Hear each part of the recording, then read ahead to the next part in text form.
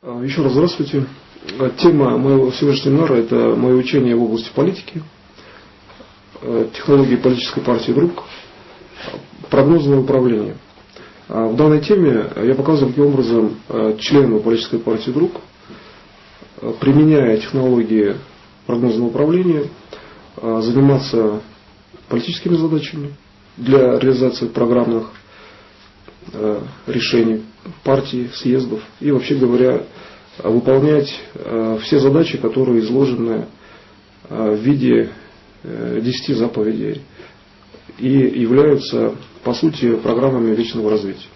В связи с этим прогнозное управление подразумевает точное знание информации происходящего, и поэтому данное знание должно реализовываться таким образом, что человек, находясь в условиях, например, политагитации, должен обязательно четко понимать, что происходит вокруг него. То есть он должен осознавать на уровне информации, на уровне событий будущего, что будет происходить в каждом конкретном месте, при каждом конкретном действии, и при этом выполнять практически все пункты программы. То есть задача управления в данном случае такова, что когда даже реализовывается, например, какой-то один пункт программы, все-таки управление ведется практически по всем параметрам, которые есть в программе. То есть подразумевается, что мы обязательно даем управление комплексно. И в связи с этим нужно обязательно, на мой взгляд, периодически, когда выполняется какая-то одна из задач, просматривать на уровне управления все другие. И учитывая, что у нас задача вечного развития подразумевает самые различные вопросы управления, включая вопросы воскрешения, вопросы запрета смерти для живущих, то необходимо еще вводить управление дополнительное для того, чтобы стабилизировать коллективное сознание и уметь в этой ситуации опираться просто на структуру истинности знаний, так скажем, структуру просто истинности своих личных позиций, и при этом стараться делать это все-таки по возможности достаточно спокойно, потому что в любом случае мы это управление введем, в любом случае люди будут идти за нами, такая прогностика, она совершенно очевидна, даже логически.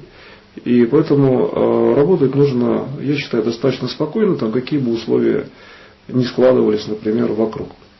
И вот для того, чтобы условия складывались как можно более оптимальные, значит, необходимо обязательно рассматривать причинно-следственные связи.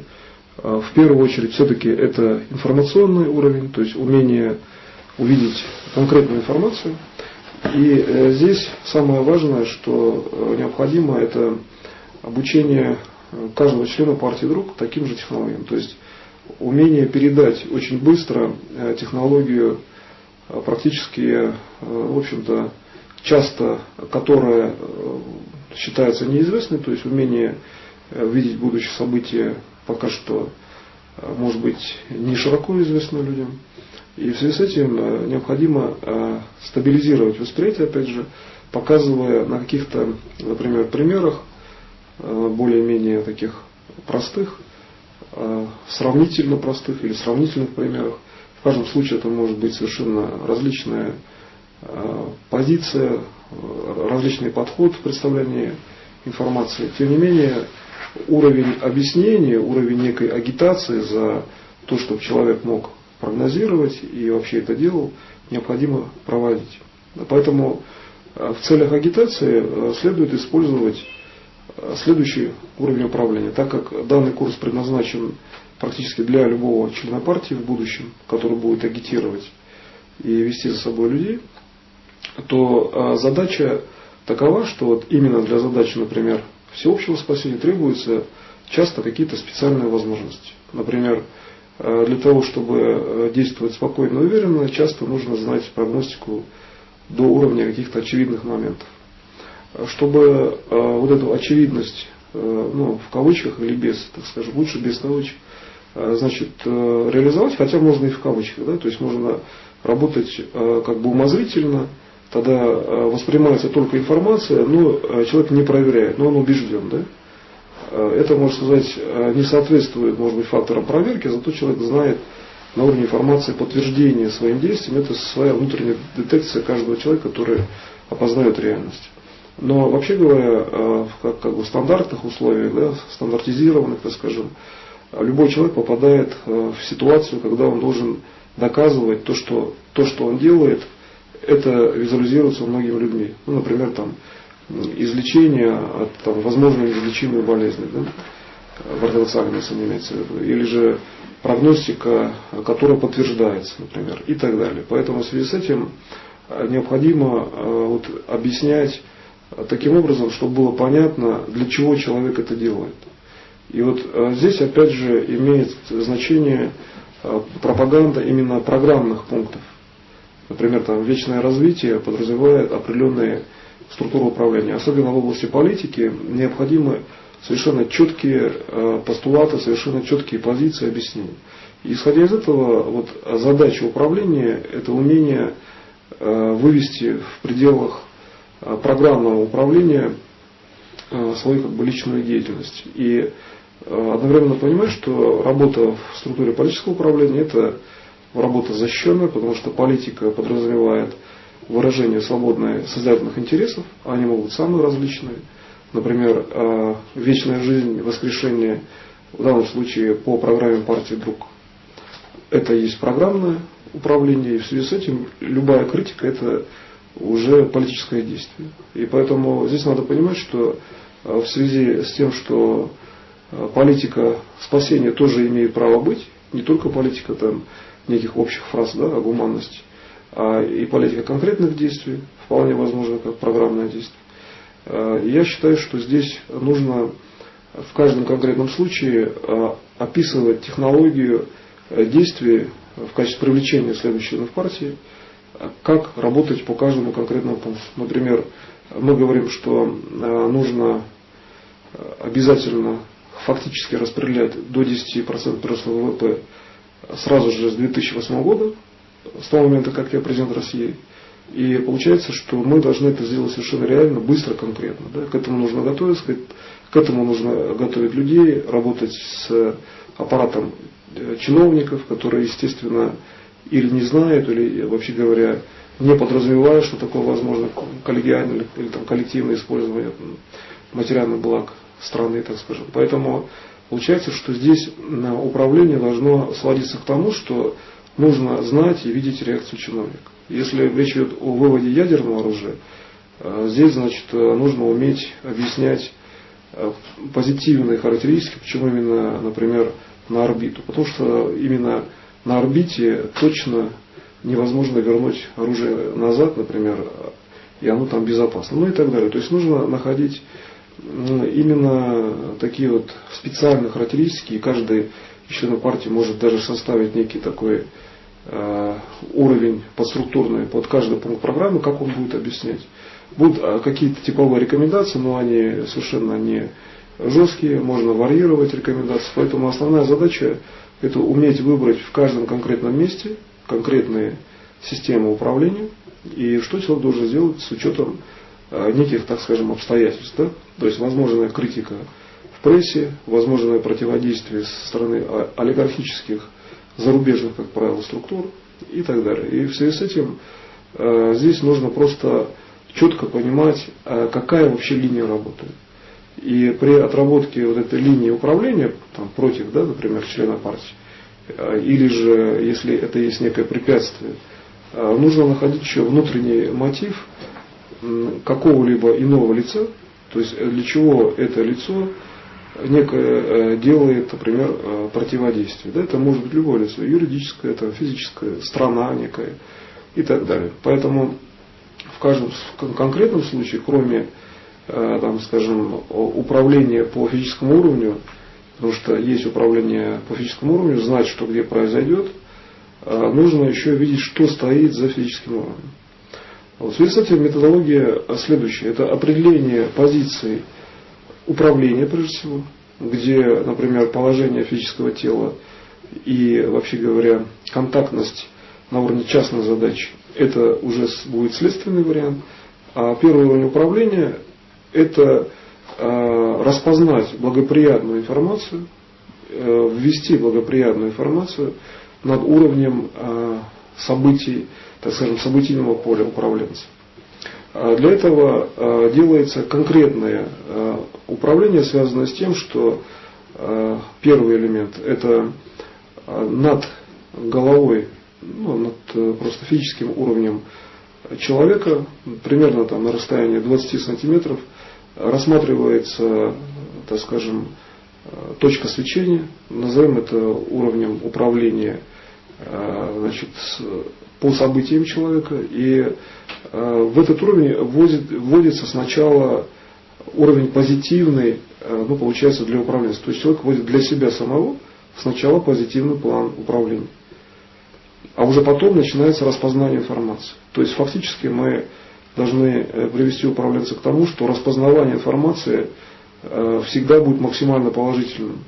И ни при каких условиях не должно быть какой-либо резко отрицательной информации. Более того, мы должны гарантировать, что человек, который поставил задачу вечного развития, он, значит, действительно должен реально вечно развиваться, то есть он должен реально не иметь каких-то жестких проблем, кроме тех, которые, может быть, он там сам себе придумает. Значит, и при этом, при всем, выполнять программным методом все, что связано в условиях, там, как я сказал, возможной критики СМИ, все, что связано, например, с процессами регенерации органов, воскрешения, полного оздоровления и так далее. Учитывая, что это политическая задача, любое противодействие, как сказал сейчас, это будет все-таки противодействие уровня политической системы. Поэтому работать в политической сфере гораздо проще, чем, я считаю, в общеобразовательном контексте. Тем более по современным меркам сейчас идут достаточно жесткие определенные системы давления на образовательные институты, на медицинские. Например, вот уже начинается оплата НДС и так далее, да, налогов.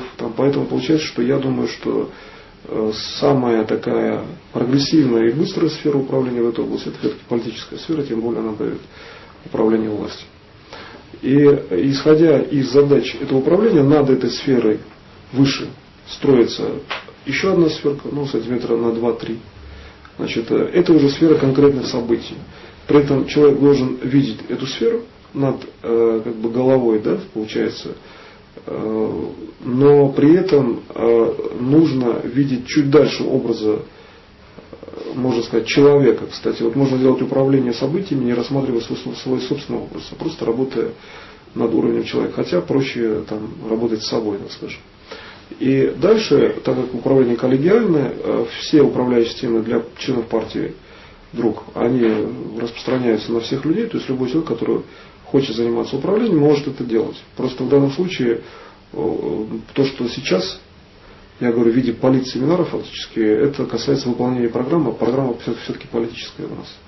Вот в связи с этим получается, что надо подразумевать, когда вы делаете управление, нужно делать его достаточно мягко. То есть считать, что другие люди тоже могут вправе осваивать материал и при малейшей возможности его расширять на всех людей.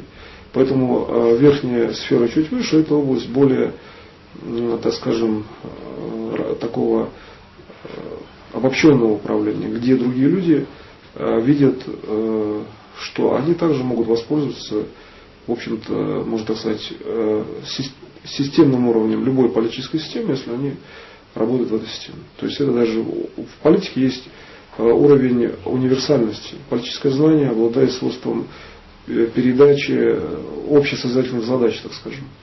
Поэтому, в принципе, возможно, действительно не так много партий по логике, потому что структуры там общесоздательные, они часто выглядят одинаково, и поэтому, если ставить целью управления по макроуровню, то можно сказать, что в том случае, когда речь будет идти о том, что в основном будет управлять партия друг, то это вполне реально, и считать, что, например, нужно как-то специально ограничивать членство в партии друг, я думаю, нецелесообразно. И тогда получается третий уровень, то есть еще третья сфера, над второй выше, сантиметра там, на 3 опять.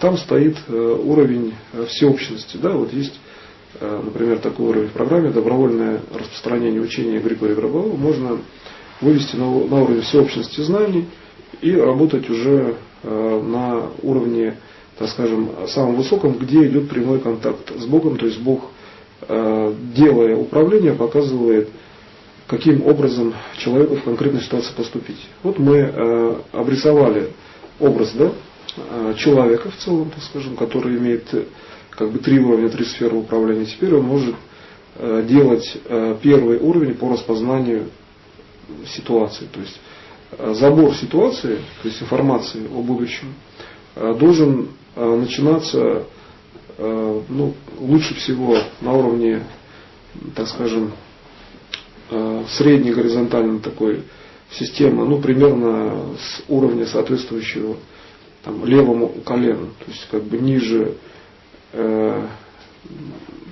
к плоскости, ближе к плоскости Земли, то есть начинается забор информации с уровня, который практически должен быть достаточно спокойным. Вот обратите внимание, что информация, если ее начинает двигать, например, сверху, вниз по физическому телу человека, то в области политического управления она становится более, так скажем, спокойной, и благоприятные системы там более начинают, лучше развиваться. То есть в политуправлении есть своя специальная технология, которая отделяет область управления от обобщенной области, потому что в политике требуются часто прямые, быстрые решения. В связи с этим наиболее прямым, быстрым решением часто у человека является при ходьбе сгибается коленный сустав, да? Быстрое действие, которое он видит визуально. Вот он схватывает сигнал и считает, что это быстро.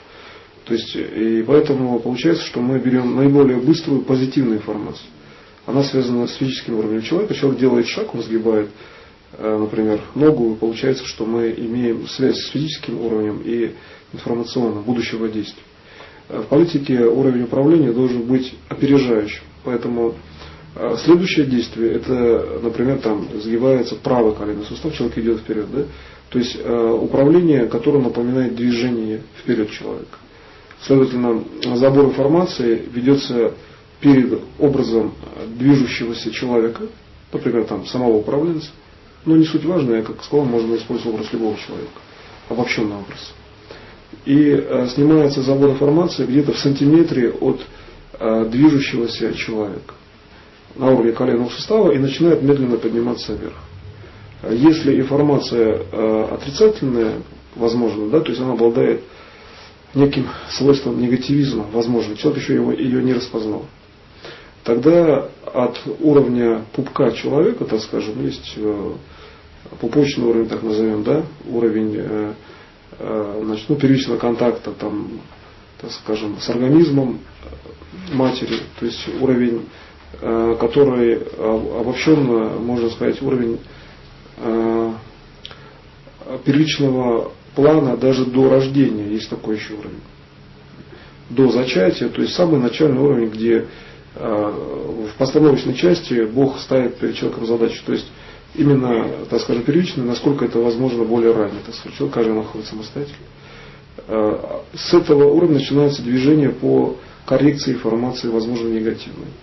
То есть информация поднимается, например, да, от левого коленного сустава, не достигая, например, левого ребра по вертикали. При этом информация не должна прикасаться, скажем, тела человека. То есть работает только с областью перед собой необходимо, 10-15 сантиметров. Дальше идет коррекция со стороны тела.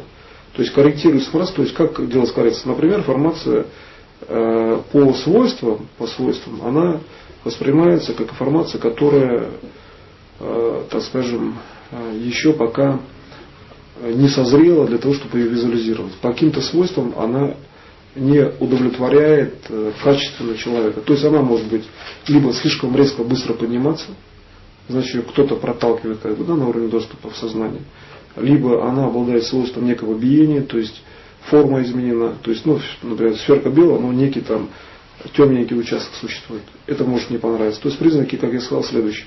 Либо она слишком быстро поднимается, например, условно выглядит так, хотя это, в общем, достаточно точная ситуация по информации, если там она визуально, можно ощущать прямо как движение волны по коже, а можно как бы взглядом смотреть.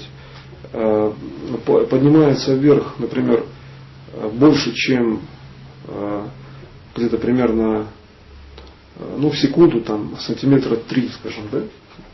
Вот так вот можно сделать для первичного познания, как это вообще происходит. Потому что люди, которые будут работать впервые, им будет нужно что-то видеть и что-то знать. Политпросвещение подразумевает простейшие методы достижения знаний. Поэтому мы говорим, что работаем конкретно с участками возле физического тела человека, например, в этом случае, как сейчас я объясняю. Когда будет нужно что-то другое, значит мы будем говорить о другом. Значит, дальше поднимается информация выше, если она имеет, скажем, слишком высокую скорость, например, мгновенный доступ к левому ребру. Мы видим такой, да, уровень, тогда надо ее просто вернуть немножко, как бы отодвинув подальше от тела, вернуть примерно в исходную точку и начинать ее распознавать еще раз, то есть не допускать визуализацию событий. Вот как только мы, значит, следующий импульс сделали, событие стабилизировалось, да, например, это занимает обычно там секунды. У человека, как правило, всегда есть секунды какие-то или миллисекунды. То есть, если импульс не нравится, его надо возвращать. Если есть вообще там много времени, предположим, день, например, да, то есть какое-то дело срочное, казалось бы, надо реагировать сразу, все равно выровняв вот этот позиционный уровень. Или же, если, например, время много, тогда надо вообще взять какой-то универсальный способ управления, например, сконцентрироваться на уровне грудной клетки, выявить сферу там, перед сердцем, центрировать направление где-то в середину грудной клетки и свечением выводить на норму. То есть доводить до нормы до тех пор, пока информация визуально как бы не понравится. То есть не очистится эта сферка, или, например, она будет иметь нужную скорость, или не будет двигаться. Один из хороших способов, когда информация в вашу сторону не двигается, только вы управляете информацией, вы ее руководите. Стоит сфера, вы ее берете и уже сами вытягиваете вовремя доступа в какую-то точку перед собой, и потом только открываете. То есть первый принцип прогностического управления мы должны иметь только исключительно полезную для управления с информацией, значит для всеобщего спасения и вечного развития. Например, допустить того, что некая информация, которая там начнет смещать скорость вечного развития человека, мы, естественно, не можем. Да? Мы обязаны гарантировать, что обязательно макроспасение будет достигнуто, что есть реальная информация. То есть я это вижу в будущих событиях. Но это должен уметь делать любой человек, он должен дойти до уровня, который позволяет ему точно говорить о прогностике будущих событий. И в связи с этим я считаю, что здесь необходимо вот именно выискивать некую, так скажем, точность управления, то есть понимать, какие могут быть последствия в управлении, просматривать систему будущих событий, может быть, на стратегически далекие планы, потому что по времени здесь еще есть такой вариант. Вот мы, например, посмотрели, что событие сейчас, да, оно не приводит к проблемам каким-то. Дальше нужно просмотреть временной спектр этого события, возможно, который начинает визуализироваться, если там есть какой-то отрицательный контекст, например, неопределенный, да, сейчас в виде какого-то конкретного там, отрицательного действия, то получается, что нам нужно еще построить параллельную некую такую действие, плоскость времени. То есть время идет от события в сторону от человека. То есть плоскость, которая идет, предположим, от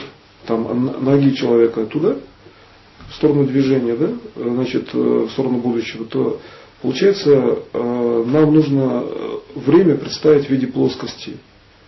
И эту плоскость сделать бесконечной, идущей из бесконечности, например, в сторону информации, которая может находиться уже, в принципе, в любом месте. То есть смысл такой, что мы делаем какие-то действия по нормализации, а потом выводим и начинаем проверять по времени, не будет ли последствий, например, отрицательных где-то в бесконечном будущем. И здесь мы должны гарантировать, значит, присутствие сверхбыстрых источников информации, которые берут сигналы из бесконечного будущего.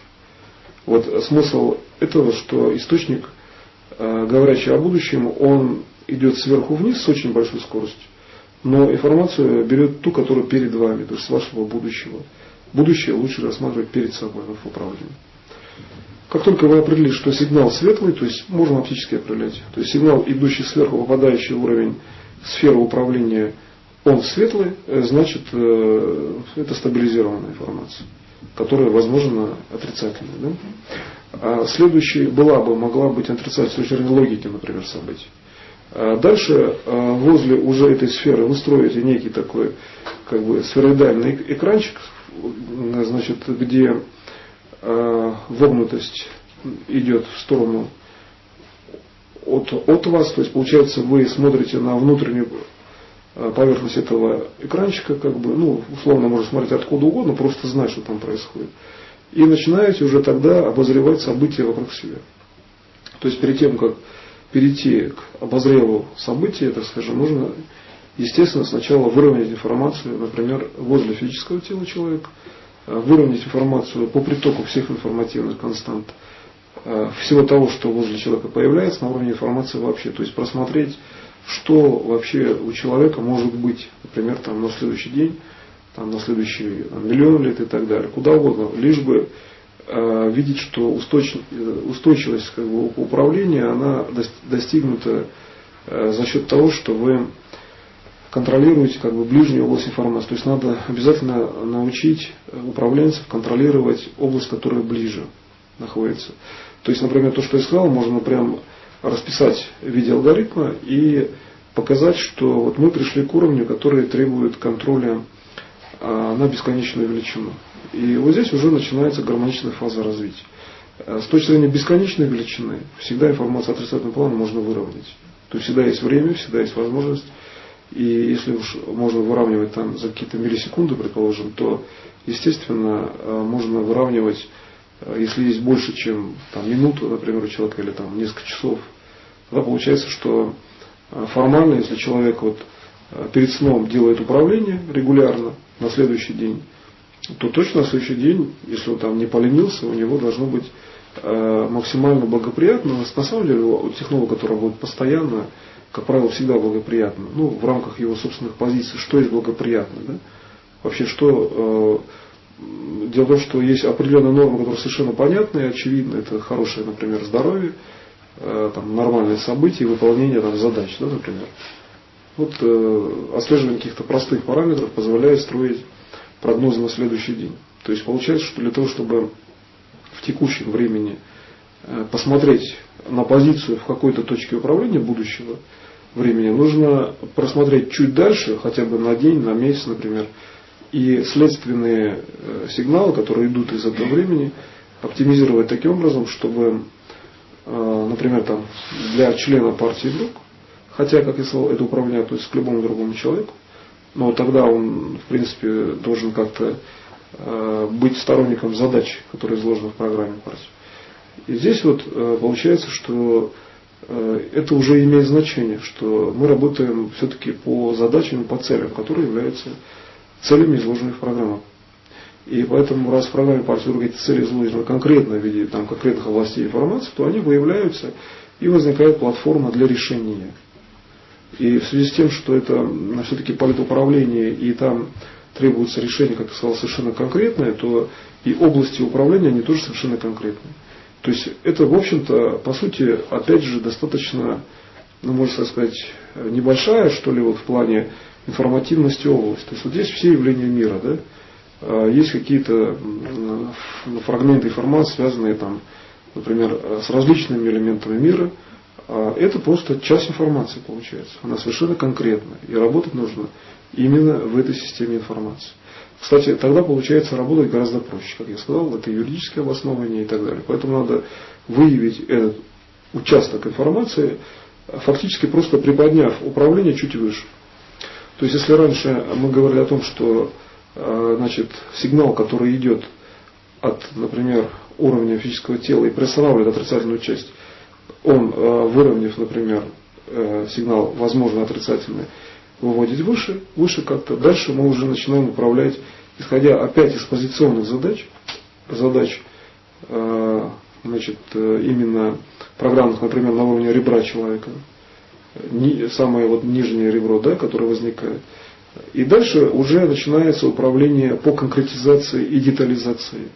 То есть после того, как мы там один или там два уровня управления, где вторым уровнем является работа в рамках программы партии. Это коллективная работа. То есть человек больше защищен. Человек понимает, что он занимается политической работой, а не просто там, предположим, человеком, который призывает за некое общее такое вот дело. Да? В данном случае это конкретная политика, и поэтому получается вторым уровнем стабилизации является как раз таки уровень программы. Вот надо обратить внимание, что в первом случае он работает сам от своего физического тела, а второй уровень это уровень коллегиального действия. Потому что здесь уже начинается обобщенное решение. То есть можно подписать документы, можно сделать митинги и так далее, и так далее. И это тоже есть фактор, обеспечивающий точность работы конкретного человека. И в связи с этим второй уровень, он обуславливает, связует с первым, то есть в первом случае человек работает как бы самостоятельно регулирует всю фазу управления. Во втором уровне он понимает, что здесь его может защитить, например, там, коллектив, возможно, коллегиальное действие, как вот мы и делаем на съездах партии, вдруг на внеочередных съездах. То есть получается, что мы пока внеочередных, а дальше уже там обычные съезды, но нумерация будет все равно сохраняться у нас, хоть они и не будут, например, называться внеочередными. Тем не менее, от каждого съезда к следующему мы выполняем какую-то задачу конкретную. И поэтому получается, что мы набираем опыт варьирования, и этот опыт должен тоже учитываться, должен все время учитываться по возможности текущий опыт партии. А дальше уже начинается визуализация, детализация, вот мы переходим уже к спектру основных событий. То есть подготовительный уровень в себя включает все-таки определенные там фазы управления, предшествующие до визуализации. И вот визуализация уже должна заключаться в следующем. Управление должно делаться так, чтобы точно при хорошей информации будущего человек просто видел детали, которые соответствуют, например, там, его позиции, которые его лучше всего там сильно не отвлекает от решения, например, там, задач партии, да, там, личных задач.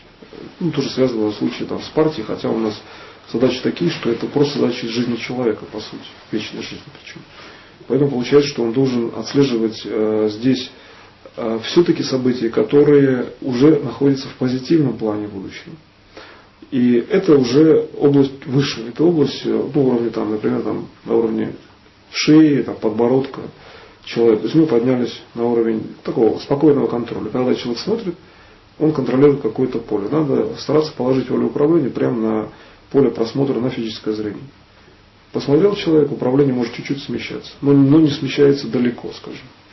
Управление лучше всего, чтобы держалось на уровне там, сердца где-то выше, и вот оно уже тогда стабилизировано, и вы контролируете поле управления за счет того, что вы просто детализируете события. Здесь начинается основной элемент детализации, то есть привод в управление каких-то управляющих сегментов, то есть конкретных, то есть действия по линии Бога, например, линия, идущая от Бога, обращение человека к Богу. Это может быть молитва, может быть технология цифровая, там, по моему учению можно сделать управление через сферы, и получается, что мы приводим управление конкретно к конкретным, например, элементам. Да? Скажем, в области политического управления у нас стоит задача всеобщего воскрешения. Для основного количества людей, кроме христиан, истинно верующих, эта информация первичная часто, или же некоторые религии это считают, что невозможно, а у нас это, например, там вообще задача такая социальная обычно, то здесь получается, что само управление должно строиться на том, что человек технологически понимает, что он должен это где-то сделать будет. То есть ставится задача управления по всеобщему воскрешению как задача, к которой он придет и которую реализует. Задача запрета смерти фактически обязывает человека контролировать структуру собственных событий с этой точки зрения. То есть он должен при любом сочетании событий оставаться вечно живым. Да? То есть получается, что это тоже некая специфика восприятия у человека. То есть если в обычном понимании люди так, например, не считают тех, кто не знаком с технологией достижения элементов, например, там, самовосстановления, оздоровления и так далее, или какие-то случаи, когда системные случаи, без разницы даже какие, а именно управление, связанное с помощью другим людям, то они могут где-то эти ситуации вообще не воспринимать. То есть, например, вы делаете управление по вечному развитию, по вечной жизни, при этом при всем никак управленец от других людей, которые этого, например, там, пока не знают, не отличается. Он находится, где он захочет, делает то, что он захочет, просто на уровне управления он должен вводить фактически в свою область, то есть фрагмент сознания, который соответствует ему, его действию, информацию, которая это обеспечивает. То есть прогностика подразумевает наличие периодическое, значит, именно такого действия, когда мы имеем практически одновременно то, что мы должны обеспечивать выполнение программы, ну, для самих себя получается. И в связи с этим, более того, обеспечивать еще и для тех людей, которых там, мы знаем, которые, значит, ну, например, воспримут за счет там, лекционного материала, просто в виде там, совета, да, в виде лекции, что они это должны делать. Ну, например, там, члены партии обязаны, да, жить вечно, получается, и так далее.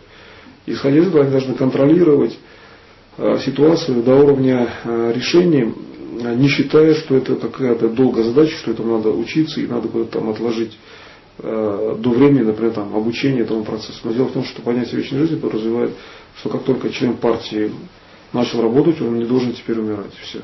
То есть другого выбора нет, потому что в противном случае скажут, что это что за такая программа, вот член партии, и вдруг, если у него начинаются какие-то проблемы, тогда, естественно, вопрос будет к нам. Да? То есть каждый пункт программы мы воспринимаем линейно. Значит, никакого исключения мы не делаем в программе. Что вот когда-нибудь кто-нибудь где-то научится, и потом он будет жить вечно.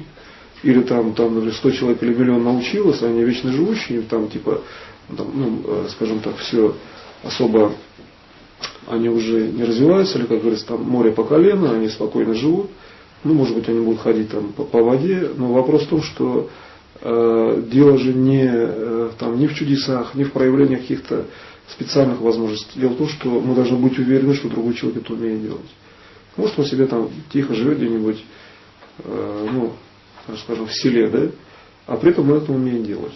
Вот задача доказать, что гармонично, никуда не там, стремясь в какие-то эксцессы не попадая, человек должен научиться это делать, должен научиться вечно жить. Поэтому, получается, это будет очень прямая задача, которая очень просто прослеживается. Например, для провокаторов достаточно ввести в члены партии там, ну, тяжело больных людей, предположим, там, подсыпать, ну, как-то усилить их отрицательное развитие, да, и сказать, что а где тогда выполнение вашей программы. Все. В случае, если человек попадает в партию, не важно в каком состоянии даже, кстати, мы должны гарантировать, что человек не умирает. И так далее. То есть по каждому пункту нужно гарантировать то, что прописано в этом пункте. Никаких исключений, там, поблажек, естественно, ожидать нельзя. Да? И мы на это ни в коем случае не должны идти. То есть любые объяснения должны даваться только с точки зрения того, выполнено или не выполнено. Да? И получается, что здесь еще есть такой механизм некий, там, предположим, человек, ну, говорит, что у нас есть, да, технология воскрешения, но это крайний случай совершенно. Речь идет о воскрешении уже ушедших. Люди, которые столкнулись даже с информацией о вечном развитии, не должны умирать. Не говоря уже, что, может, они даже не будут членами партии, но если мы несем ответственность за то, что они, столкнувшись с этой информацией, то есть это колоссальное количество возможностей, и если они это не используют, то получается, что это опять мы неправильно как-то делаем пропаганду. То есть это, ну, некие недоработки в пропаганде такого типа знаний. Вот в связи с этим ответственность за пропаганду, за точное быстрое донесение, если, конечно, на каждом члене партии она есть, и поэтому политики часто приходится строго спрашивать, да, с реализацией конкретных направлений. И здесь будет вопрос стоять, конечно, к управленцу, к члену партии, который должен донести в виде все-таки политической задачи. А доносить в виде политической задачи какую-то информацию, вывести ее на управление, часто проще, перемеживая управление социальными задачами. Те, которые людям могут понравиться, например, да, варианты там, деприватизации, варианты распределения прирастающего ВВП и так далее.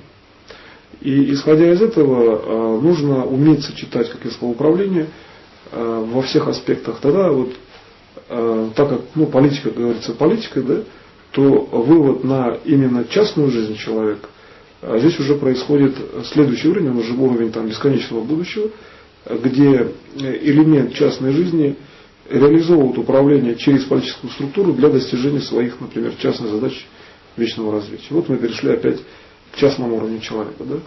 Частный уровень человека, потом партия, опять частный уровень, некий уровень там, восьмерки, например.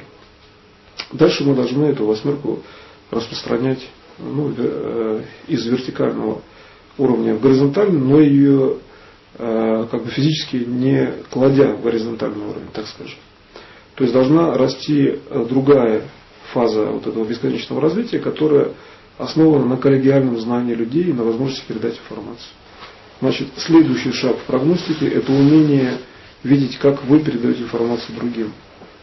Ведь когда вы рассматриваете себя в прогностическом уровне, впереди вы должны видеть, что другой человек и как от вас получает. То есть вы должны видеть, как вы информацию, например, передаете, во-первых, каким образом, и как ваш импульс взаимодействует с другим человеком. То есть, исходя из этого, получается, что мы имеем такую систему знаний или познания, что в будущем импульс, который вы передаете как импульс контакта, то есть когда вы воспринимаете, да, он должен не отличаться от того, как вы его воспринимаете сейчас. Например, для Бога восприятие сейчас или в будущем бесконечном это одно и то же, вообще говоря. И поэтому структурой точности познания прогностического типа является то, что вы просто-навсего вспоминаете свое более начальное состояние, когда вы эту информацию восприняли. Вот как убеждаться в том, что вы получили правильную информацию, если ее не записывать, например, в блокнот, а просто прогностически видеть вперед и потом рассматривать, что да, это совпало. Да? Можно просто запомнить физический образ, и вот он появляется, например, да? А можно просто перенося сознание в структуру первичного просмотра, например, вы смотрите на день вперед, и перенося в точку, где вы смотрели, смотреть, вы это видели в какой форме, какое-либо событие. Да? В управляющем аспекте события меняются очень быстро, и поэтому для управленца, имеющего высокую скорость, он может определить, что он событие видел, или связку событий точно, да, в более раннее время, если он находится в просмотре из прошлого. А вот просмотр из прошлого – это свечение из физического тела. Ведь, по сути, физическое тело находится на пересечении многих, с точки зрения логики, элементов. Это прошлое, текущее, настоящее. Вот если задаться вопросом, где вообще пересекаются системы, то, в принципе, это, получается, на уровне физического тела пересекаются. И тело реагирует как-то, да, например, люди могут стареть и так далее. И в связи с этим, чтобы человек не старел, то есть получал информацию здоровья, то есть, получается, мы должны дать управление, когда человек, работая при наличии времени, или даже если у него нет времени какого-то особого, все равно должен стараться, когда он это вспоминает, а лучше это делать системно, а член партии должен вообще обязан делать, хотя бы с какой-то периодичностью, должен выбирать в информации тот маршрут, который обеспечивает ему, например, здоровье, вечное развитие и благоприятные события. То есть периодически, хотя бы, может быть, раз в год. Не обязательно делать часто. Но выбирайте на информации точный маршрут управления, движения и действия. То есть смысл управления в следующем, чтобы иметь какие-то позитивные события, например, на год вперед, можно просто просмотреть какой-то участок конкретный, где должен быть физический человек, что он должен сделать сейчас, через 2 дня, например, да, буквально несколько дней часто. И пройдя этот участок правильно, скажем, есть некий лес, человеку, или неважно, какие-то заграждения, человек прошел правильно, и он оказался, например, на другой стороне дороги. И получается, что, простой пример, железнодорожный переезд, надо как-то его пройти. Вот неизвестно, есть дорога, нет, человек идет, наконец проходит, да, туда, там есть дорога. Такая обычная, автомобильная. То есть получается, что здесь нужно находить варианты управления, которые обеспечивают дальнейшие стратегические события. И эти варианты в текущем времени нужно видеть. Часто такое распознание помогает, когда человек находится в сложных условиях. То есть есть совокупность сложных условий, например, у человека. Да, если. Как их пройти? Нужно видеть путь, по которому надо идти. Может быть, сами условия эти не обязательно даже на них влиять. нужно этот участок пройти, а дальше опять все благоприятно. Потому что ведь условия срабатывают вот как в отрицательном аспекте, если они до вас дотягиваются информативно. Самый простой вариант по информации ходить по возможности, не притягивая какой-то отрицательный статус. По возможности. И, как правило, если на информации вам удается уйти от отрицательного управления, как бы внешнего, то управление не срабатывает реально. Вот что вы получаете на информации, то вы получаете на уровне прям физической реализации. А другой вопрос, что нужно, например, для политической партии. Да? Например, для политической партии, если есть какой-то контрдовод, это уже называется политическая борьба, но она приемлема до какой-то меры. Должен быть определенный сценарий этой борьбы. То есть мы должны, как я говорил, например, показать, что есть борьба, есть какие-то противоборствующие силы, возможно, в обществе, которые откуда-то появляются, например. Потом мы показываем, что мы правильным поведением их побеждаем, и мы становимся уже на уровень такого устойчивого, например, такого одобряемого управления. И получается, если мы прослеживаем даже предшествующую стратегию управления по тем же съездам, то если мы рассмотрим, например, вариант, который был по управлению некой критики, которая возникала в виде отрицательных публикаций в СМИ, но потом оказалось, что по данным прогноза, например, по Нальчику, одной из целей может являться просто дезавуирование прогноза, чтобы не донести информацию. И получается, что здесь из отрицательной фазы управления в глазах людей мы начинаем переходить именно в фазу позитивного управления, потому что получается, что все СМИ в большой этой компании отработали дезавуацию, а в этот момент реальной целью было сокрытие прогноза по Нальчику. То есть, чтобы люди просто не спаслись и так далее. Это одна из систем управления, которая говорит о том, что мы можем использовать информацию так, как нам необходимо, чтобы в будущем люди все-таки спаслись. И получается, что мы здесь должны очень четко понимать, что так как информация работает реально, совершенно точно технолог, который, например, работает в сфере защищенной, предположим, авиапредприятия, там нет никакой ответственности юридической за прогностику будущего, если она точная, конечно, прогностика. При совпадении прогностики нет проблем, нельзя сказать, что человек сам отвинтил какую-то гайку.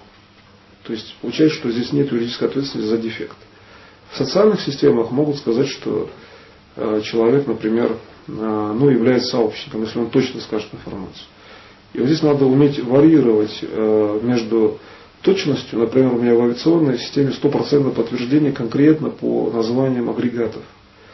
Реально это совершенно без разницы, совершенно точно можно перенести это и на социальную систему. Но тогда, если назвать конкретный дом, на который нападают боевики, то для процедурных вещей это означает знание информации, значит, она могла быть добыта только агентурным путем, потому что понятие прогностики пока не существует в полной юридической мере. По крайней мере, в Российской Федерации. Поэтому, как я сказал, достаточно будет сделать запрос в какую-либо из подчиненных структур, и будет просто дана информация, что такого не существует, то, чем занимается прогностики. Конечно, мы докажем, что это существует, мы можем показать много информации по этому поводу, и, конечно, такого человека все равно не обвинят реально. Но, тем не менее, здесь получается, что управление такое, что нам нужно исходить из уровня управления, чтобы при любом уровне прогностики, мы имели практически, так скажем, то, что даже если человек дает точную информацию, абсолютно точно, если это нужно, например, в каких-то случаях, то при этом он социально никак не страдает. То есть один из уровней управления – это обеспечить социальное нормирование, событийное нормирование, даже если он дает абсолютно точную прогностику других событий, не только своих. И я думаю, вот здесь с этой информацией нужно как раз специально поработать. То есть человек пришел к тому, что он освоил, да, какую-то технологию. То, что я говорил, это уровень выхода прогностических систем на человека. И получается, что он довел управление до того, что начал прогнозировать, тогда нужно сделать так, чтобы это прогнозирование было социально обеспеченным. То есть безопасным с точки зрения его социальных событий. И в качестве управления я предлагаю сейчас очень быстро пройти эти все системы. То есть взять, в принципе, любую информацию, как я объяснил, со стороны примерно там, коленного сустава, да, на уровне физического тела, и поднимать ее вверх, довести до уровня нормы и выйти в фазу точного прогнозирования будущих событий, например, там, завтрашнего дня. И так, чтобы информация, которую вы передаете в СМИ, там, в средства массовой информации, как бы вы ее ни сказали, хоть вплоть до номера там, самолета, да, тем не менее она должна быть позитивной, невзирая на то, что могут сказать, что это было некое там, соучастие, возможно, оперативный контакт с возможными там, преступниками. Тем не менее, невзирая на все это, нужно сделать так, чтобы этого не было сказано. Даже без, чтобы никто не требовал доказательств. Точно сказали, прогноз взяли и в дело сразу. Когда уже партия будет у власти, проблем никаких не будет. Сейчас пока еще какое-то время придется делать управление, чтобы не было вот этого статуса. То есть поэтому давайте сделаем сейчас такое управление в качестве обучающего управления, в качестве конкретного управления реального. А потом я уже продолжу технологию на уровне конкретных методик, как это делается на уровне методологического.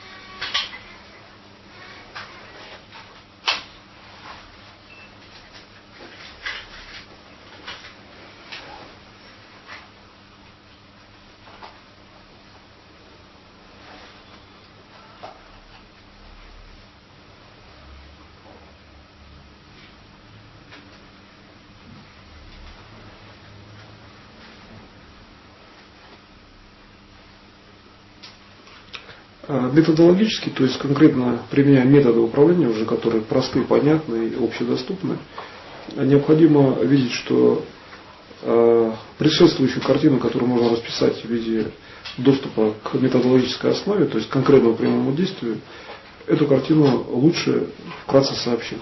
Вот то, что я сейчас сказал, в виде последовательного доступа к полю управления, где любая прогностика, ведь наша задача передать информацию другим, не просто заниматься только своей, да, системой управления, естественно, а уметь передать другим, если нужно в виде слов, то передать, значит.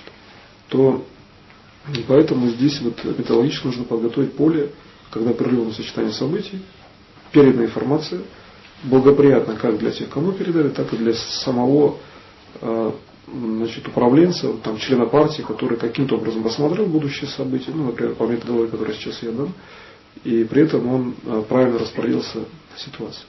Значит, первый метод управления, по прогностическому управлению, заключается в следующем. Управленец, член партии, человек просто, который занимается задачами программы партии вдруг, значит, должен рассмотреть внешнюю информацию, которая к нему приходит в виде просто синего цвета. То есть определенный объем синего цвета, имеющий аспекты бесконечности, начинает приближаться к человеку. В этот момент он останавливает как бы эту информацию, то есть фиксирует структуру сознания, духа. Если будут спрашивать, как различать дух, например, то надо просто, можно мысленно сказать, мысленно произнести слово духовное свойство, духовное управление. Все. Управление душой, просто говорится мысленно произнести управление душой. Со временем человек начинает распознавать духовный спектр именно в цветовом аспекте и спектр души.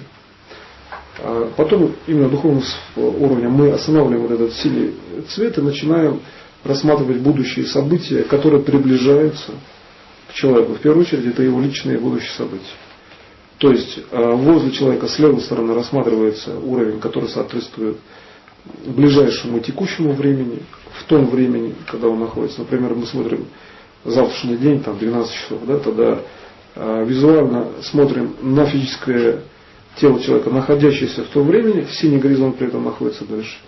И на серебристом спектре, на светло-белом иногда, больше серебристой оттенки, слева воспринимаем, что происходит возле человека, кто там рядом проходит. То есть начинаем разбирать физический уровень человека.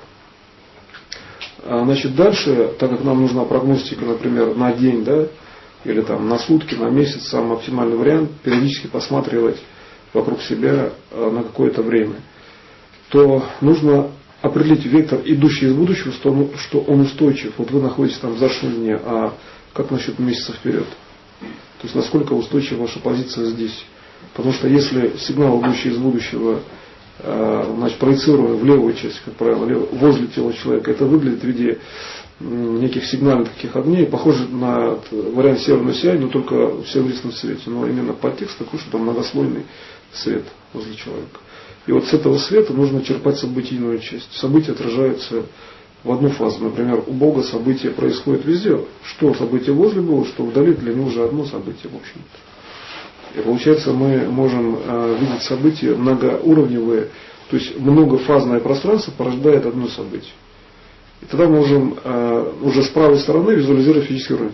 Что будет возле человека физически, например, там, через месяц. И вот идет захват основного плана событий из будущего и локального. И пересечение основного локального плана дает линию поведения, где сразу отражается, что там через 10 дней нужно скоррелировать такую-то ситуацию. Сейчас лучше. Дальше мы начинаем, двигаясь к себе, смотреть, а вот мы успеваем или нет. Но мы заложили это в план управления. Да? Даже если мы не успеваем, мы знаем, что теперь говорить, что делать. То есть мы готовимся на физическом уровне прийти к этой задаче, не отвлекаясь, по сути, от основной задачи обучения членов партии, например, задачи вечного развития для населения, оперативное решение вопросов населения и так далее. То есть здесь нужно понимать, что вот события такого негативного толка желательно распознавать раньше путем как наслоения линии стратегического, то есть дальнейшего и тактического поведенческого уровня. Вот первая фаза управления. Как только мы состыковали, синий фон, он отпускается. То есть синий фон — это стабилизация фазы управления на стратегию поведения. То есть за 10 дней, за месяц, за 10 лет вперед можно четко понимать, что происходит. Например, я в детстве смотрел вперед и видел события будущего. Любой человек это, кстати, видел, естественно, да, какие-то свои события. И я из-за большого массива информации можно было проследить только отдельные часто отблески, если вперед на 20-30 лет, например, да, или больше. И тогда получается, что мы должны здесь видеть очень отдаленные события. То есть получается, что если мы, предположим, делаем управление в максимальном удалении от себя, то мы можем там строить сразу отдаленные события, но их проекция на текущее время, она должна быть достаточно спокойной, равномерной. То есть, если мы, предположим, есть некое событие, которое сейчас является сигнальным уровнем, да? Человек пошел в детстве на рыбалку, прошло какое-то событие, любое, звуковое, световое, просто, может быть, территориальное, где-то находится. Это является фиксирующим фактором текущих событий, да? Например. Вот мы включили звук телефона, это фиксирующее событие на текущее время. Да? Все. Как еще распознать события? Вот есть, например, лекционный материал, есть, предположим, вариант акцентации. Мы можем вспомнить, что это был какой-то день. А как вообще физически его вспомнить? Вот, например, звук телефона раз включили, или что-то сделали, какой-то сигнал, да, реализовали. Это будет память текущего события. Это может быть, я сказал, физический образ, географический образ в детстве и так далее. И дальше распознание текущего времени, мы можем из текущего времени видеть Вот что мы тогда восприняли, что для нас было принципиально? Душа всегда выходит на определенный спектр и видит, визуализирует эти события совершенно четко. Из любой точки прошлого всегда видно все будущее.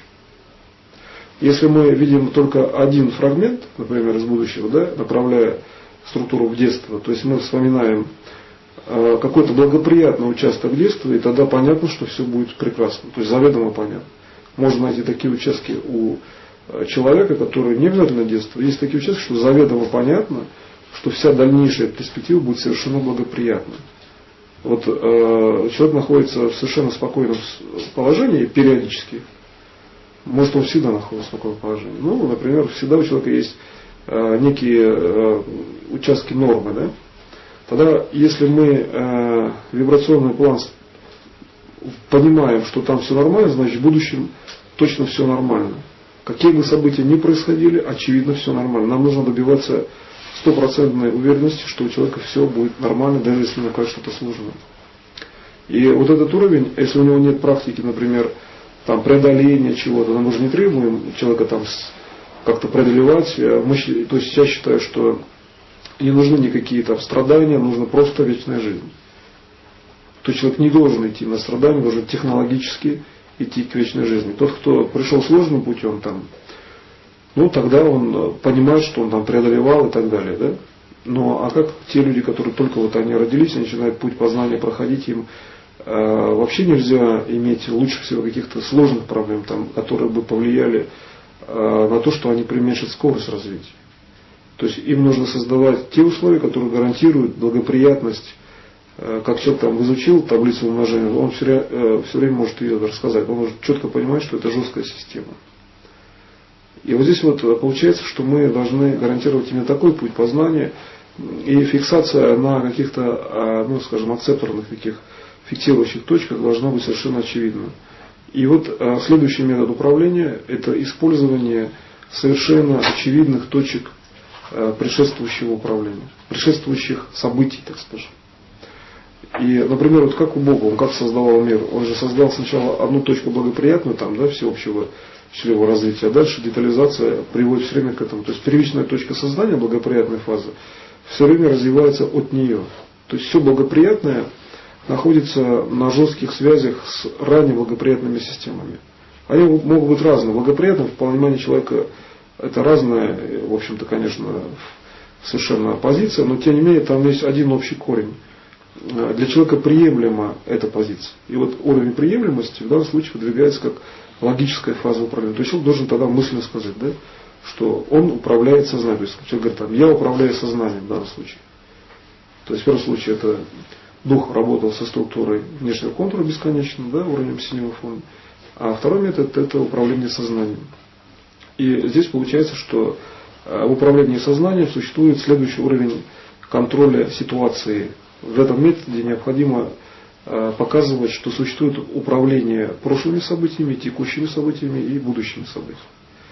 И вот управление прошлым это нужно сделать управление через фразу, что я управляю душой, выход в структуру прошлых событий, фиксация прошлых событий на уровне нормы, то есть, например, улучшение прошлых событий на уровне фиксированного управления. То есть вот вам нужно, чтобы было хорошо у вас, снимите все неблагоприятные системы прошлых каких-то элементов, которые были неблагоприятны путем управления душой.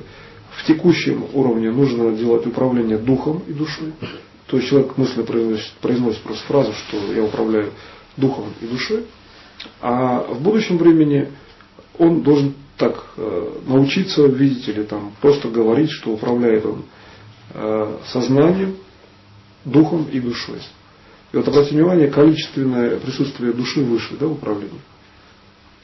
То есть получается так, как если мы все элементы времени совместим, то душа управляла структурой прошлых событий. И исходя из этого получается, что структура роста, так скажем, событий прошлого, перерастания событий прошлого в будущее, да, зависит от уровня, насколько, например, скажем так, чистое там состояние души, с насколько чистыми помыслами человек строит будущее, получается. То есть чем чище помыслы, чем чище душа, то есть которая управляет прошлой фазой. А душа, она, как правило, вообще, по сути-то она вообще кристально чиста. Только вопрос в том, насколько она распознает правильность своих действий, в будущем. Сигнал будущего, насколько она стыкуется с структурой управления духа или сознания, или физического тела человека и так далее. Здесь получается, что при первичном замысле кристально чистой души человека мы имеем некую вибрацию, разницу. Разница, порождающая, например, структуру времени настоящих событий, которые перечислены с прошлым. Для Бога такой вибрации нет, и получается, что для него прошлое – это аспект как бесконечно удаленной величины, фактически, из которой вырастает текущее время, а будущее – это просто проекционное отражение, многовариантность. Почему много событий, как Богу построить разные события на планете? Много вариантов, где элемент будущего – это несущий свет, свет, идущий из будущего. А прошлое как система, которая порождает. Да? Ведь опора на прошлых событиях, каждому событию следующему. И получается, что чтобы управление себя четко распознавало в будущем, он должен больше видеть именно свет будущего времени. А тогда получается, что он должен фиксироваться на состоянии души. И именно эта фиксация на состоянии души, это и есть уровень точной прогностики с учетом всех отдаленных стратегических событий. То есть этот метод заключается в том, что человек переносит себя в систему некого объединенного времени. И получается, что исходя из этого, при фиксации этого момента какими-то следующими свойствами пространства-времени, из текущего времени он начинает распознавать практически все системы событий, которые происходят в очень отдаленном будущем вообще для всех людей, так скажем. Да? То есть получается, что чтобы точно осознать свою точку управления в будущем при таком методе контроля за прошлым, текущим и будущим временем, здесь обязательно нужно практически, так скажем, выявить очень отдаленные события за счет стабилизации на уровне своей души, которая прогностически смотрит вперед. Вот здесь точка управления, она находится несколько дальше, сочетается больше с будущими событиями. Свет будущего идет, например, со стороны правого плеча сверху идет, а отдаленное будущее событие находится просто дальше от человека, физического тела человека. А вот точка управления. Тогда получается, что мы имеем то, что на него светит свет будущих событий как из бесконечного будущего в пространстве, так и бесконечного будущего от человека. То есть он черпает будущее из себя самого, фактически с его стороны идет. И как только он начинает в том будущем видеть себя, то есть эта нить света будущего, она связана с ним, с человеком, то он понимает, что он стабилизировался, теперь он может начинать осматриваться. То есть он может осматривать тогда физическую реальность, где он находится. Например, взять, посмотреть на месяц вперед. И, например, у вас нет планов, каких-то, нет особых планов у человека, каких-то детальных Он решил посмотреть на себя, просто посмотреть, что вообще там будет происходить. Как я сказал, сначала он должен уже, многие, кто уже будет управлять, сначала все стабилизирует как можно больше. И уже видят оптимальные варианты, и тогда начинается выбор решения. Как человек принимает решение? В целом человечество принимает решение все равно, имея прогнозный сигнал из будущего. И получается, что исходя из этого, вы можете увидеть какие-то события, которые в любом случае происходят. Некий абсолютный, стабилизированный, скажем, прогноз, если это не очень далеко на месяц вперед. Есть абсолютный прогноз на много лет вперед, например, да, который не меняется. Может быть, абсолютно и на год. Абсолютизация происходит где-то примерно на год-два вперед. А дальше уже точно это, как правило, структура прогноза, которая практически не меняется. Благоприятно понимаете. И получается, что в среднем у человека года за 3 визуализируется именно структура стабильных систем, то, что относится к понятию абсолютного прогноза. И получается, что сигнал, идущий оттуда, система абсолютного прогноза, когда он уже начинает осматривать события, это есть следующий метод управления, который характеризуется тем, что вы должны детализировать то, что находится возле вас. То есть вы в этом методе управления фактически переноситесь сознанием, в структуру своего физического тела и смотрите из физического тела на события. То есть смотрите не глазами, а смотрите, то есть не как вот просто глазами там воспринимаете происходящее, а ваш импульс сознания может выйти из вашего физического тела будущего из любого уровня. Может быть, там из кожи там, ноги, например, пошел импульс, да? Но вы должны видеть так же, как видите физическим зрением. То есть перенос идет управление, замещается управление на структуру зрительного восприятия. В принципе, можно и в настоящем времени стараться там видеть так же, как видит зрение, да, через кожу, например, ноги, но это будет, кстати, тогда сложнее. В настоящее время идет тогда расширение пространства. А в будущем не происходит расширение пространства. Пространство в будущем имеет одномерную величину фактически на одно событие же. То есть разреженность больше пространства для маневра получается. Здесь мы находимся в реальном времени, сразу идет расширение. Попробуйте вот сейчас через кожу ноги посмотреть вокруг, что окружает. Чувствуется волна, которая, например, для технологов, которые работают на восприятии волнового принципа, начинается движение волны, то есть это как бы становится видно. И получается, что чтобы распознать, что вы работаете точно в будущем времени, у вас не должно меняться, не должно быть никаких ощущений в текущем времени. В этом плане. Никаких волновых процессов, связанных, например, с просмотром уровня через клеточный фактический состав, не должно быть. Это гарантирует, что вы смотрите точно. Как только пошла вибрация, пошло движение на участок тела, значит, что-то надо подумать, почему вы получили сигнал. Значит, вы где-то, видимо, попали в текущее время скорее.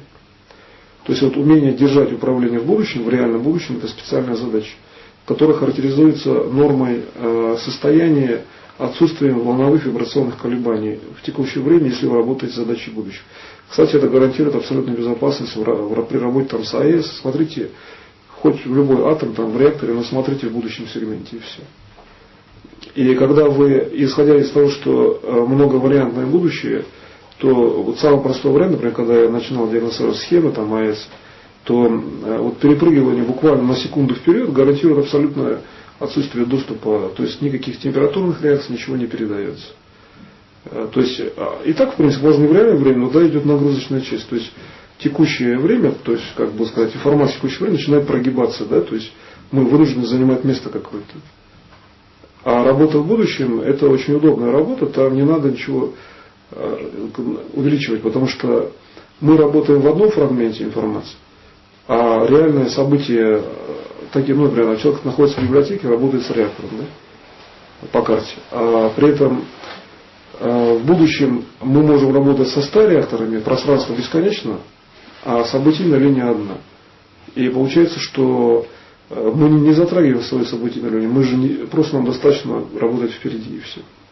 Для работы практической желательно работать так.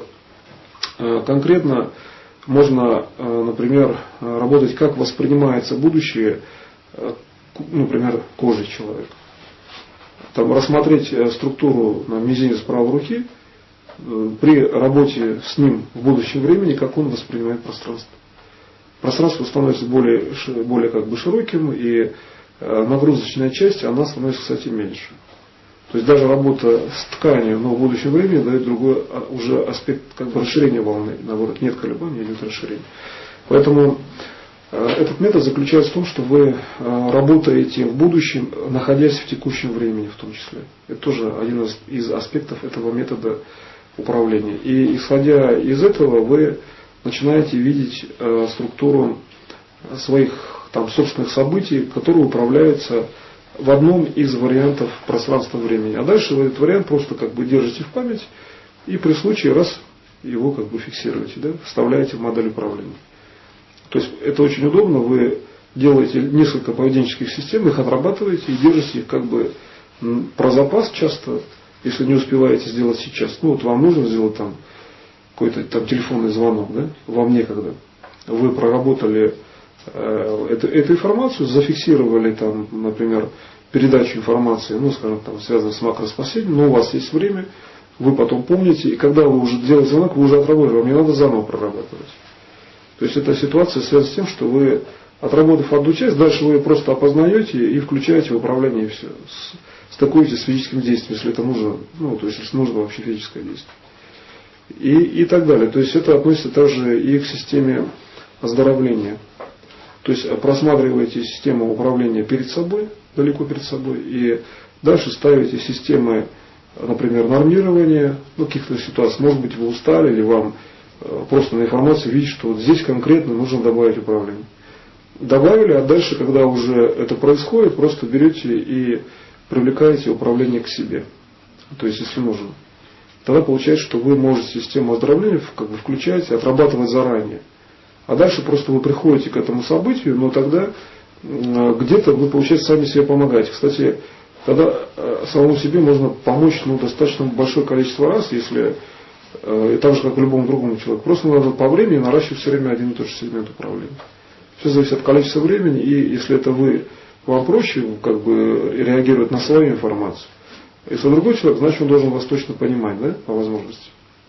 Тогда получается, что в этом аспекте управления сразу же просматривается следующий метод, который говорит о том, что если учитывать коллективную фазу управления, то, что делают другие люди, то управление, например, прошлым и текущим временем можно вывести в структуру только управления текущим временем. То есть найти в точке управления, тогда прошлое, например, там, не будет действовать негативно, как в какой-то, если был вариант отрицательной, ненужной информации. Или же система будущего, она такова, что вы начинаете работать только с будущими событиями, не затрагивая никаких других систем. То есть следующий метод основан на том, что вы работаете, например, только в будущем времени. Как я сказал, это достигается путем того, что прошлое просто как бы отодвигается линией настоящего. И вы просто берете и механически выводите управление только в будущее время. Надо обратить внимание, что только будущее время без стыковки с прошлым и настоящим находится правее, то есть больше относится к правой части управления, в правом поле отношения человека. Там, где прошлое, будущее и настоящее стыкуются, это левее. То есть ближе к уровню сердца. Поэтому здесь нужно выбрать, где работать, потому что доступ к работе только с будущим, например, часто проще, но иногда нужно обязательно использовать как этот, ну, так сказать, левый фрагмент управления для того, чтобы массированность информации, то есть обязательность достижения была эта система осуществима, ну, как бы в тот момент, в который вы хотите. Или, по крайней мере, в тот момент, который благоприятен, и он, например, там, не очень к далеким последствиям, если это отрицательный вариант, привел бы. То есть здесь надо еще контролировать взаимодействие между разными системами.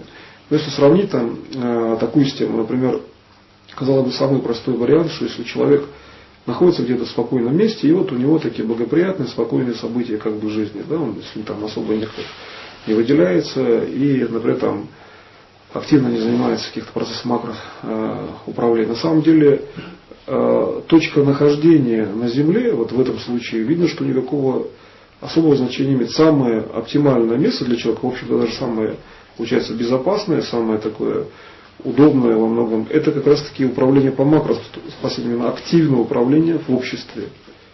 Получается, с точки зрения активности, она самая лучшая для человека с точки зрения того, что он тогда контролирует процессы по мироустройству, он работает социально, и он что-то делает, чтобы, например, там не было макрокатастрофы. Да? Значит, он, получается, находится в существенно более безопасном месте, нежели тот, кто попытается где-то там в тишине или где-то в отдалении от цивилизации находиться.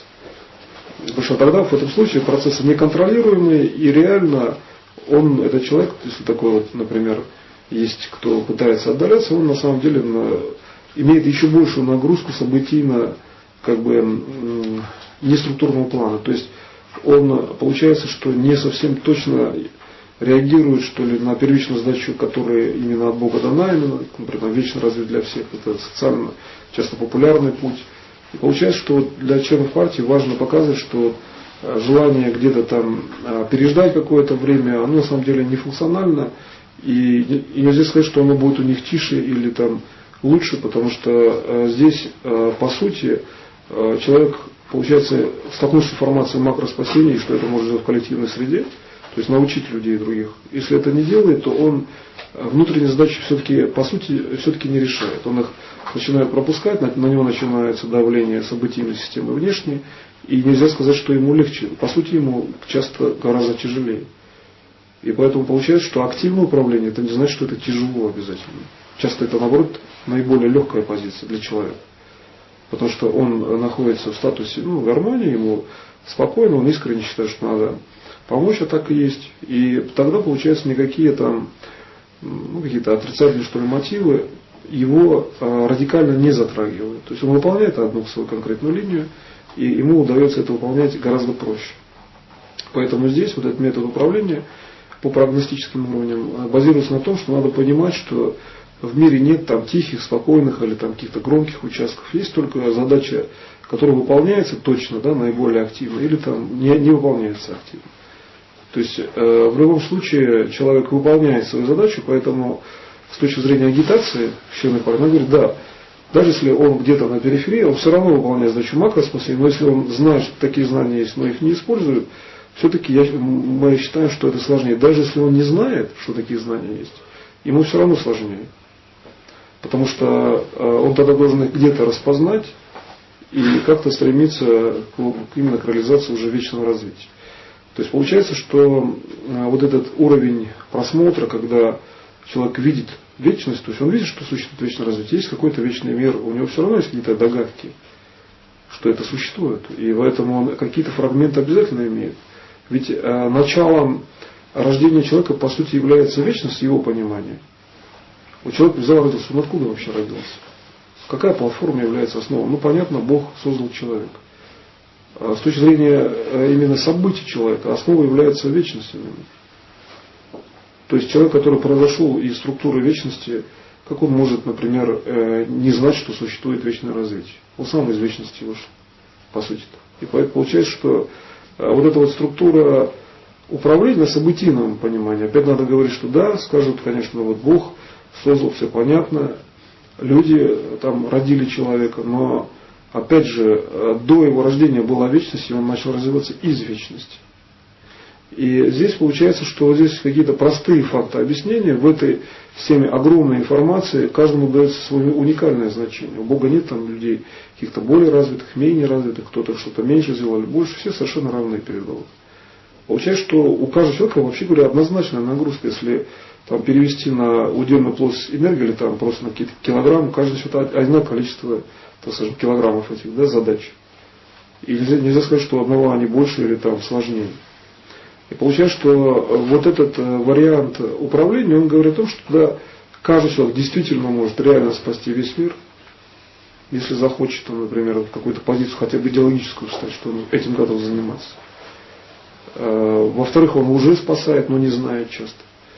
И еще, конечно, когда технологии знают, это уже совсем другое, это уже просто прогресс в управлении. Вот на этом уровне прогресса управления строится следующий метод, что человек понимает, что он прогрессирует в управлении специально, чтобы достичь, например, задачи вечного развития, достичь там всемирной гармонии и так далее. Да? То есть просто выполнять задачу партии, например.